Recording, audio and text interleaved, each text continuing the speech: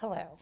So, this is going to be the short talk on fermentation.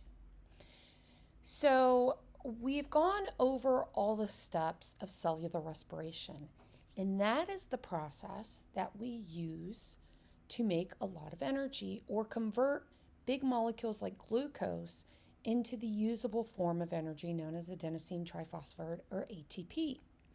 But that process requires oxygen. And there are times where organisms are not always available or there's not oxygen available for those species. There are even certain organisms that can survive in the absence of oxygen. So, in the absence of oxygen, an environment that has oxygen is called aerobic. And that's one of the reasons why when you're running, they call that an aerobic exercise. And when you're talking about not needing all that energy for in the presence of oxygen or an environment that's absent of oxygen, that's called anaerobic. So there is a process, the very first process in cellular respiration called glycolysis. And if you want to understand glycolysis better, go back and look at the video over glycolysis. And what's really interesting about that process is that it can go forward in the presence of oxygen, but it can also go forward without oxygen as well. Now, for glycolysis to continually happen, we need a process called fermentation. So, to make ATP without the presence of oxygen, we're not going to have the Krebs cycle. We're not going to have the transitionary cycle. We're not going to have the electron transport chain or oxidative phosphorylation. We're going to have the process called fermentation. And this simply allows glycolysis to continue. Now, it only produces a small amount of ATP, but it will allow glycolysis to continue to happen. Without fermentation, glycolysis could only produce ATP for so long and then it would stop because it wouldn't have the needed molecules to continue to work. And what is that molecule? Well, it is NAD+. NAD+ is the molecule that will allow for us to accept electrons. And so when we do not have oxygen, a cell will use fermentation to form two molecules of NAD+. So then those molecules can go in and allow the process of glycolysis to happen because those molecules are needed. Those are some of the input molecules that glycolysis needs to perform.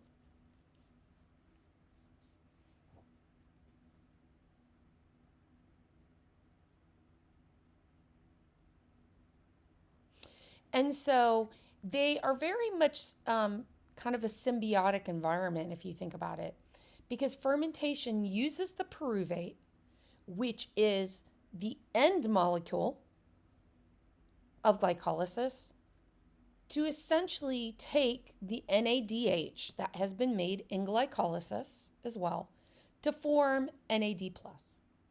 Now, in cellular respiration, if you remember, we would take the two pyruvate, convert them to 2-acetyl-CoA, and then from the acetyl-CoA, it would go into the Krebs cycle, and then we would produce NADH, FADH2, even some of these kind of side waste molecules, CO2, right? And then they would shuffle to the electron transport chain, the NADH would. And then that's where they would take and generate NAD+, so glycolysis could use it. But without oxygen, none of this happens. So fermentation takes the job.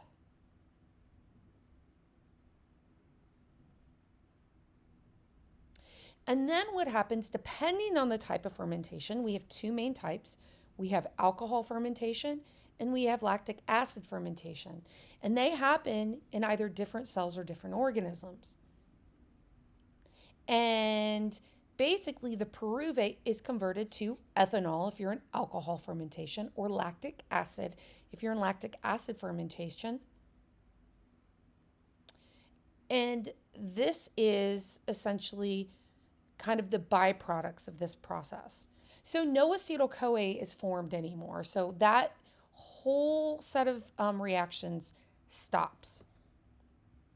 So let's talk about the two types of fermentation.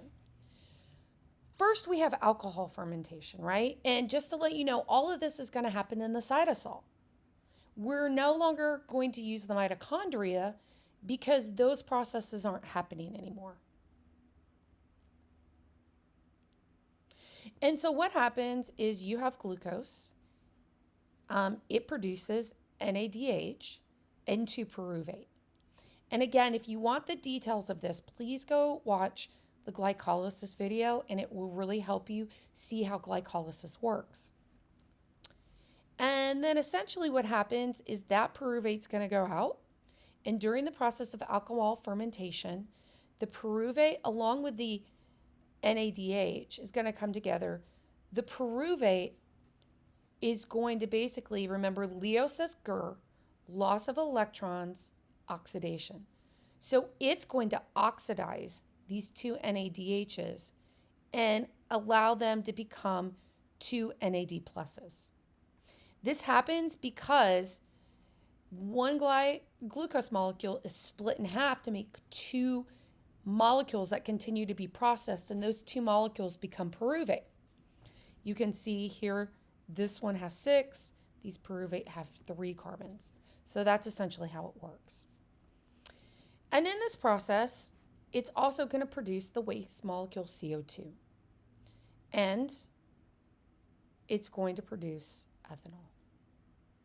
And so the input here is you have 2 pyruvates, you have 2 NADHs, and then you are going to make 2 ethanols, 2 CO2, carbon dioxide, and 2 NAD pluses. Now, who does alcohol fermentation? You have microbes, such as yeast, that do this. So you can think about this when you make bread, you put baker's yeast in there, and what happens? Well, the bread rises. How does it rise? Because this produces CO2. That's a gas. So those microbes in that bread are producing that gas and allowing the bread to rise. In addition, if you smell the bread afterwards, it kind of has an alcohol smell to it because there is ethanol there. Those microbes have created all kinds of ethanol in there. Now, what happens is when you put the bread into bake, it kills both the yeast that's in there and the alcohol evaporates. So that's an example of one. Bacteria do this as well. That's when you're making wine or making essentially beer. That's what's happening with those. So bacteria do it as well. And so this is a way that those microbes are able to take pyruvate, convert it to ethanol, and in the process, they take the NADH, they oxidize it to regenerate NAD+, and then NAD+ can be used here to continue using the process of glycolysis and making these 2 ATPs. The next process or type of fermentation is lactic acid fermentation. And it does the same thing, it just has different byproducts. And so you see here, we have glucose. It goes down to a pyruvate. And this is going to move on. And essentially, this pyruvate, using the enzymes, because fermentation, all of this is still enzymes that are allowing this to happen. And what it's going to do is it's going to take NADH, oxidize it to NAD+, so glycolysis can keep happening, but it's going to make lactic acid or lactate. This happens in bacteria. This is a process that allows us to make cheese. And it's also the process that allows your muscles to keep functioning when your body can't deliver enough oxygen. So for instance, if you're running and the next day, your legs really hurt. Well, that process is because during that time you could have damaged it if you were um, doing a lot of force. But a lot of times, what happens with running is that there isn't your body, especially at the beginning, you know how after you exercise and you run for a while, your legs don't hurt as much unless you go faster. And that's because at the beginning, your body's not used to being really efficient at using the oxygen and getting the oxygen to where it needs to be. And so your muscles will over time be deprived of oxygen, but they still need to work. This keeps you safe, right? This is if a bear is chasing you and you're trying to make sure that you can outrun or get away from people who might be chasing you to hurt you, that your body can still perform in these high stress environments. And so when you get done running, especially at the beginning, your muscles are really sore because your heart may not be pumping enough oxygen or blood to your muscles. Your muscle may not be using it as efficiently. And your body gets more efficient at doing this over time. And so that's what the lactic acid damages the muscles, and that makes you sore. Now, you can help reduce why trainers tell you when you get done running, or especially at the beginning, to walk, is because you can help clear some of this lactic acid out. How does this work? Well, it moves by diffusion.